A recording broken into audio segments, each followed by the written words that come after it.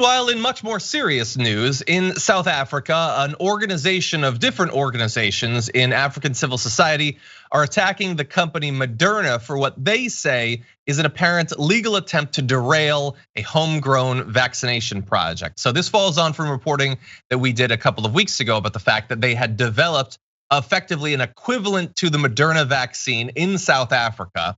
Well, will they be able to distribute it? Not if Moderna stops them legally. So there's an open letter that these different organizations put together, including the African Alliance and the Health Justice Initiative. They say that there have been several patents filed by Moderna and granted in South Africa without the requisite due examination.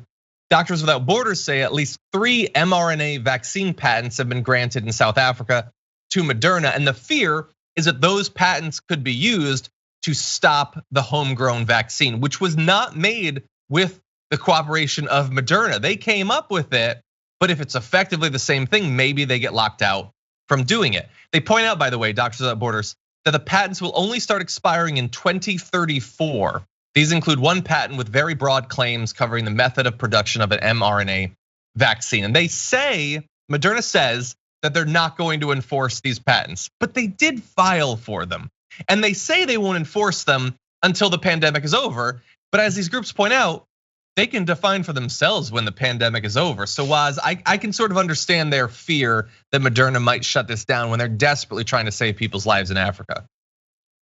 Yeah, this is the ugly part of capitalism. The Moderna crew, they see themselves as not having effectively been able to, effectively enough, been able to profit off of this life-saving vaccine. It's the idea that a profit motive would be applied to this type of product will always make me shake my head. Yeah. And the fact that they're fighting this stuff tooth and nail is quite ugly and disgusting.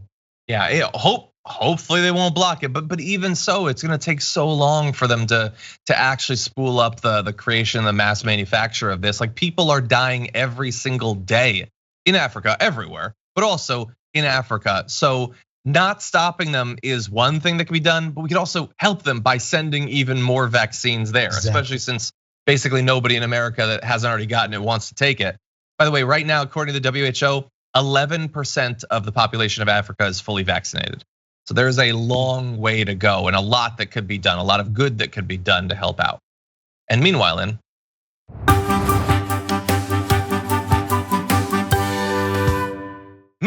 in Serbia, we've got one more sports story for Waz. Novak Djokovic says he is willing to miss even more Grand Slams to avoid having to get vaccinated with COVID.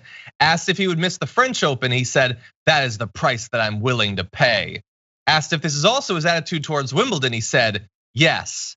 Well, it'd be weird if he was like, "Screw the French Open, but Wimbledon, okay." No, obviously he's not gonna do that, Waz, but yeah, he's sticking with it. He's willing to miss all this. What do you think? Look, I think vaccine hesitancy is kind of like ridiculous, although I can understand it in certain cases. However, if a dude is willing to put his money where his mouth is and forego the money and the proceeds that come with being successful in these tournaments, who am I to really judge it? Like, stay home. He's already filthy rich. Who cares, dude? Like, stay your ass at the crib. That is the official position of TDR. Stay your ass at the crib. Anyway, it's not going to affect me. I'm not watching these events, but this could affect his legacy. Like, if he misses a few more years of this, how many more years can he compete? I don't know, but it seems short-sighted. These vaccines are not super new. We have a lot of data about them. They are safe, but do you, boo?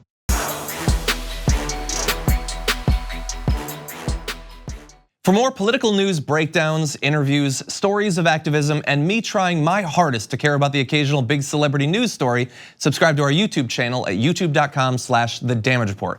And you can ring the bell wherever it is so you don't miss anything.